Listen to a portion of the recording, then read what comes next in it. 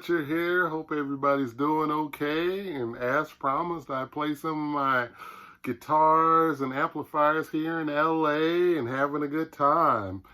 I just finished my walk a little while ago down in Manhattan Beach, and it was nice, and it was really, really early. And I've been working on some songs and things, some covers and things like that. So there's this song by Johnny Copland.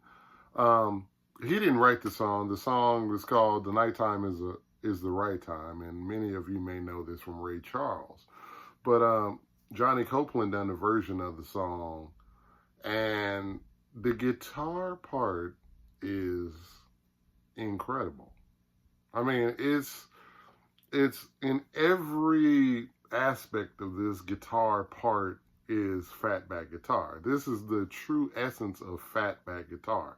This guitar work on this song, you know, Nighttime is the Right Time.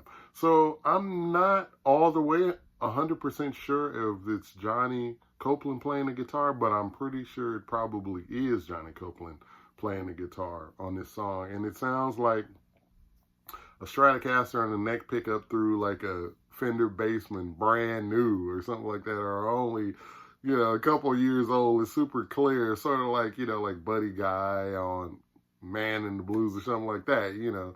It's really clear, and it just stands out, and it's just so throaty. And I just tried to approximate that tone, like what I hear from the record, you know, a little bit, you know.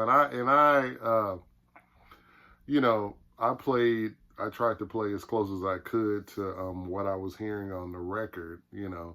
And really, I mean, the thing about it is you can play the notes, but it really swings in a certain way, and it's really just, you know, got that real fat back thing to it. It's part like blues, you know, it's part, you know, this, I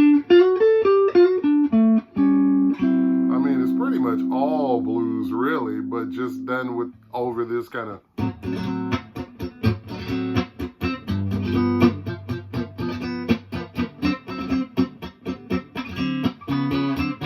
you know, that kind of thing. Is really that kind of groove, you know, that they're playing, you know.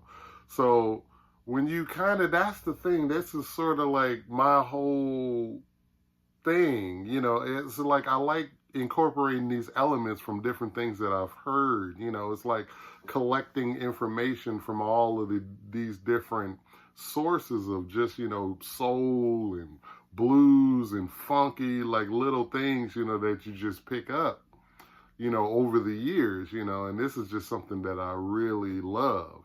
You know, and another thing about it too is, okay, so what if you're playing two guitars, you know, what if you have to play two guitars? This is a busy part. This is kind of playing two parts in one.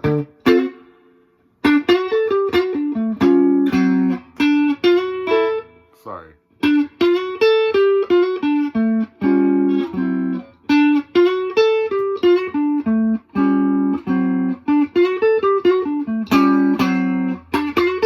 You know, it's kind of got that thing like I was talking about in the Bobby Womack thing. You know, there's real authority when you play the part, you know. And something else, you know, you could play if you were playing a groove like this, or you were playing this line, you know, and there's two parts kind of in one. It's kind of busy a little bit. You know, you could play things like just playing like,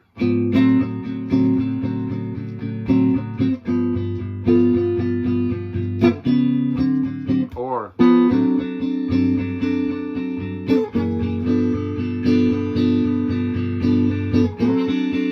you know, something like that. Or you could play,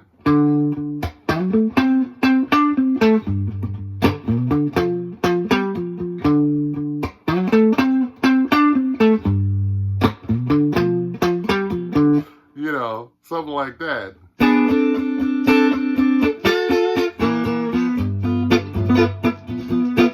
Against.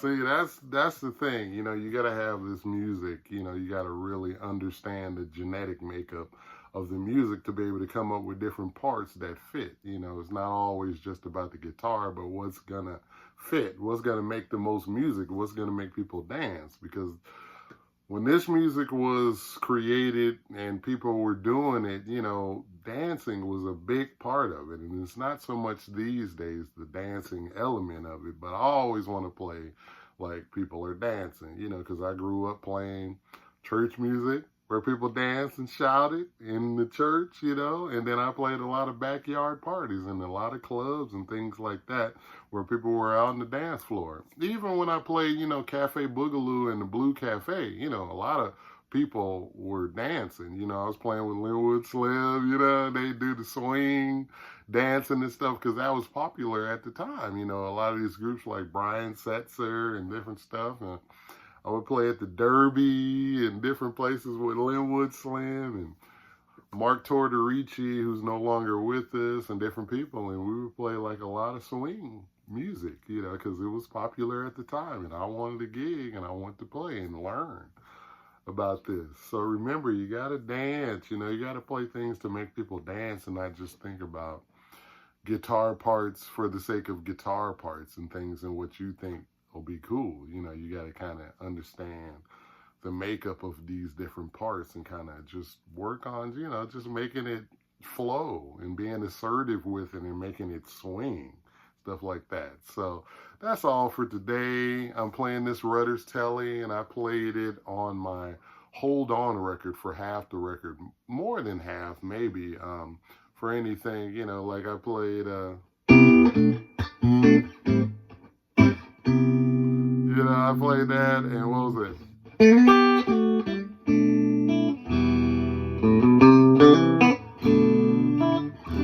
know, it just has that sound, you know.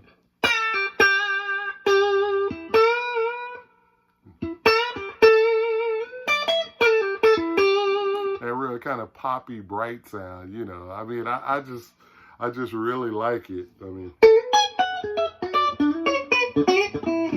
it's my closest to sounding like Cordell Dupree or somebody like that, you know, or like,